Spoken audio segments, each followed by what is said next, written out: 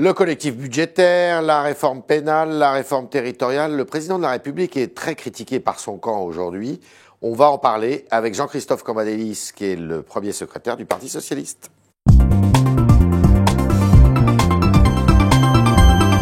Jean-Christophe Cambadélis, bonjour. Bonjour. Député de Paris, évidemment, aussi. Oui, non, c'est la tradition. Comme réponse à 3 petites questions. Hortefeux demande à Sarkozy de prendre la présidence de l'UMP. Ça vous fait peur? Non. À la faveur des célébrations du D-Day, Hollande peut-il réconcilier Obama et Poutine? Non. Ça serait pourtant l'occasion. Oui, mais réconcilier. Oui, enfin, qu'il fasse en sorte qu'ils puissent se parler. Voilà, être un trait d'union sûrement. Trait d'union. Trait d'union. Trait d'union sûrement. D'accord. Hollande doit-il tout faire pour que BNP Paribas ne paye pas cette amende de 10 milliards de dollars que lui demandent les États-Unis? Il doit faire ce qu'il doit faire, c'est-à-dire qu'il doit dire à l'administration américaine que s'il y a une faute, sa réparation ne peut pas être disproportionnée. D'accord. Mais il doit se mêler du dossier. Il doit le faire, sans pour autant en faire des communiqués. Il doit l'évoquer, quoi. Voilà. Tout à fait. On va écouter maintenant Jean-Marie Le Guen, qui était sur France Info ce matin. Il est vrai qu'on a vu dans un mandat précédent le président de la République tenir des propos à la fois agressifs et relativement vulgaires vis-à-vis d'un certain nombre de nos compatriotes. Et donc à partir de là, certains aujourd'hui se croient tout permis, dans un climat de Hollande bashing d'une façon générale, mais sans recul sur le respect nécessaire des institutions. C'est votre avis? Il y a un Hollande bashing en ce moment? Enfin, franchement, il faudrait être aveugle pour pas le voir. Non, mais je vous pose la question. Oui, il y a un Hollande bashing, il y a, je n'aime pas cette expression, mais aujourd'hui, dans les médias, dans une partie de ce que l'on appelle faussement la classe politique, il est de bon ton de critiquer le président de la République, quoi qu'il fasse. Mais bien sûr, bien sûr. Est-ce que c'est pas le jeu, enfin, est-ce que c'est pas malheureusement... Non, vous alliez dire le jeu. Non. Mais c'est un mais jeu. Oui, d'accord. Mais est-ce que c'est pas la pratique politique actuelle qui fait ça? Non, qu'il y ait le droit de critique, ça me paraît pas normal. On est en démocratie. Ça va trop loin pour vous. Mais la critique est systématique. Surtout que ce que je pense, c'est que c'est pas anormal. La presse n'est pas responsable. Elle est irresponsable par objet. C'est-à-dire qu'elle ne s'occupe pas des conséquences. Voilà, c'est pas elle qui est aux affaires. Donc elle critique. Mais en même temps, je suis obligé de dire. Attention, quand je vois les titres, que le président de la République doit démissionner ou autre. Je dis, dans une situation où l'UMP, dans la difficulté que l'on connaît, et où le Parti socialiste, le président de la République, le gouvernement ont des difficultés, on veut quoi? On veut que Marine Le Pen soit présidente de la République. Il y a un danger. Il y a un danger. Bon, enfin, faut être aveugle pour voir. Donc il faut, non pas en rabattre sur ces critiques, mais il faut quand même intégrer que la situation en France est dangereuse. Attention à Marine Le Pen, alors. Bien sûr, la situation est dangereuse. Mais alors, on s'aperçoit que cette critique ne vient pas uniquement de la droite, elle vient aussi de la gauche, dans les rangs du Parti socialiste, enfin, ou de la majorité présidentielle, c'est peut-être formulé un peu différemment, mais sur tous les sujets, son autorité est mise en cause. Alors, je ne dirais pas que son autorité est mise en cause, je dirais qu'il y a un certain nombre de responsables socialistes qui en font beaucoup dans la critique. Oui. D'ailleurs, trop. Moi, j'appelle tout le monde à être positif. D'accord. C'est-à-dire à faire des critiques s'ils estiment ça nécessaire. C'est pas toujours le cas. Moi, c'est ce que j'ai fait dans ma lettre que j'ai envoyée au Premier ministre sur le débat budgétaire qui va venir. Il faut chercher à être positif parce que il faut trouver une issue à la France. C'est ce que vous dites. Pas simplement dans le plaisir d'être repéré parce qu'on critique. D'accord. Et c'est ce que vous dites à vos troupes, au Parti socialiste? Je dis ça à tout le monde, mais je le dis ça principalement au Parti socialiste, parce que je suis premier secrétaire, mais aussi à l'ensemble de la gauche. Il faut retrouver l'esprit positif pour sortir la France des difficultés. Vous savez qu'il y a une question qui se pose aujourd'hui, que j'ai posée d'ailleurs au grand jury RTL la semaine dernière à Bruno Le Roux, qui préside le groupe Parti socialiste à l'Assemblée nationale. Est-ce que finalement les socialistes ont la capacité de gouverner la France? Il m'a dit que la question se pose. Oui, c'est vrai. La question se pose. C'est vrai. C'est une des difficultés des socialistes qui est que la question du pouvoir, Oui. la question du faire au gouvernement a toujours été une question difficile. Pourquoi ? Parce qu'il faut faire des compromis et il faut faire des choix. Ça veut dire de laisser l'idéologie un peu de côté, alors, à ce moment-là. C'est pas de faire de l'idéologie, parce qu'on peut agir en fonction de ce que l'on a pensé de la France et de la situation. Ça, c'est toujours possible. Mais, à un moment donné, il faut dire, on choisit, on prend une orientation et on avance. Et Bruno Le Roux disait, j'attends que le président de la République rencontre les parlementaires. Elle va avoir lieu, cette réunion ? Alors écoutez, là, je ne peux pas vous répondre. Vous êtes pour ? Ça ne me paraît pas anormal. Ça doit avoir lieu à l'Élysée ou ailleurs ? Président de la République, il faut mieux ailleurs, pour des raisons que vous comprenez aisément. Mais ce n'est pas normal que le président de la République rencontre...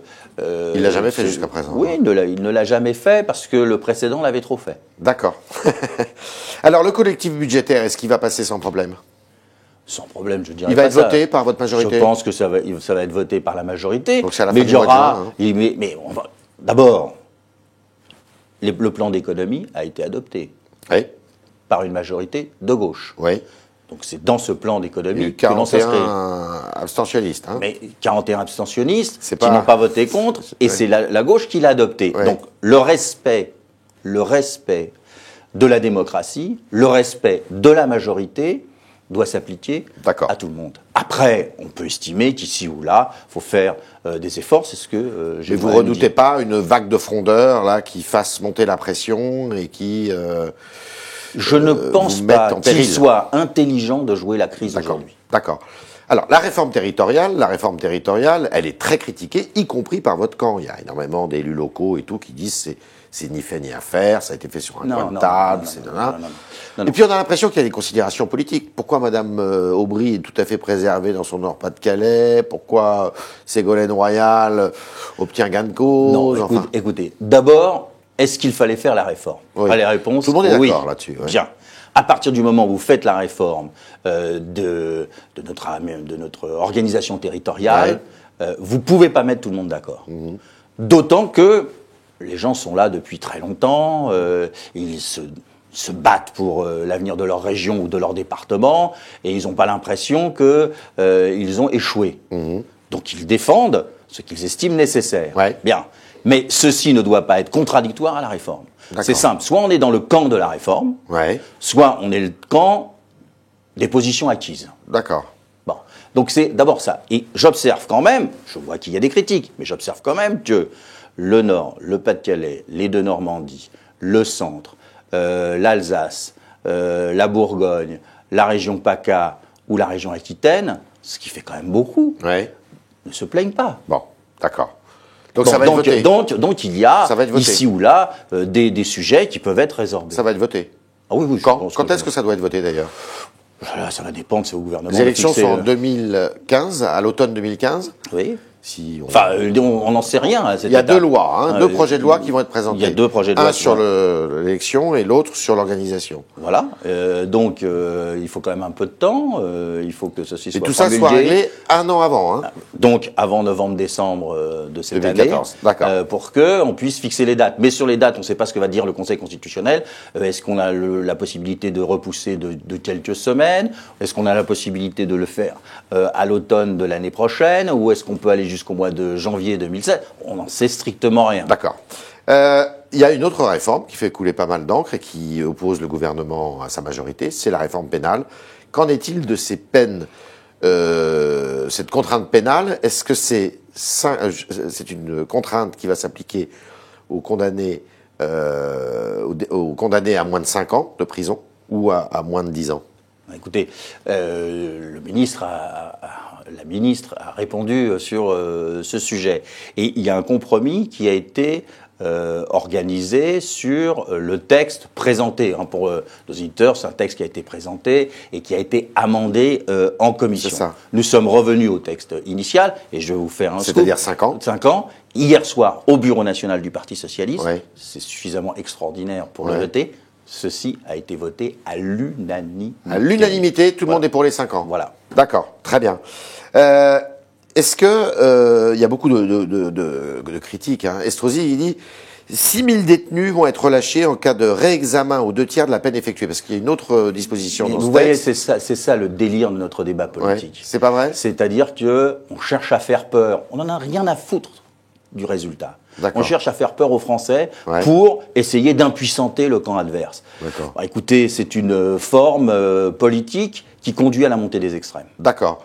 Et là, ça va concerner combien de personnes, donc, cette réforme de la contrainte pénale? Mais on n'en sait rien, puisque savez vous avez pas. bien vu que la position de la garde des Sceaux est de dire que c'est une possibilité du magistrat à venir, Ouais. et pas dans le passé. C'est-à-dire que c'est le magistrat C'est pas aura la rétroactif. possibilité de maintenir les peines telles qu'elles sont ou Il aura d'ouvrir le choix. cette possibilité. Il aura le Il choix. aura le choix. Ben oui, mais là, pour le coup, c'est le retour du magistrat dans la plénitude de ses moyens, ce D'accord. qui n'était pas le cas auparavant. Dites-moi tout.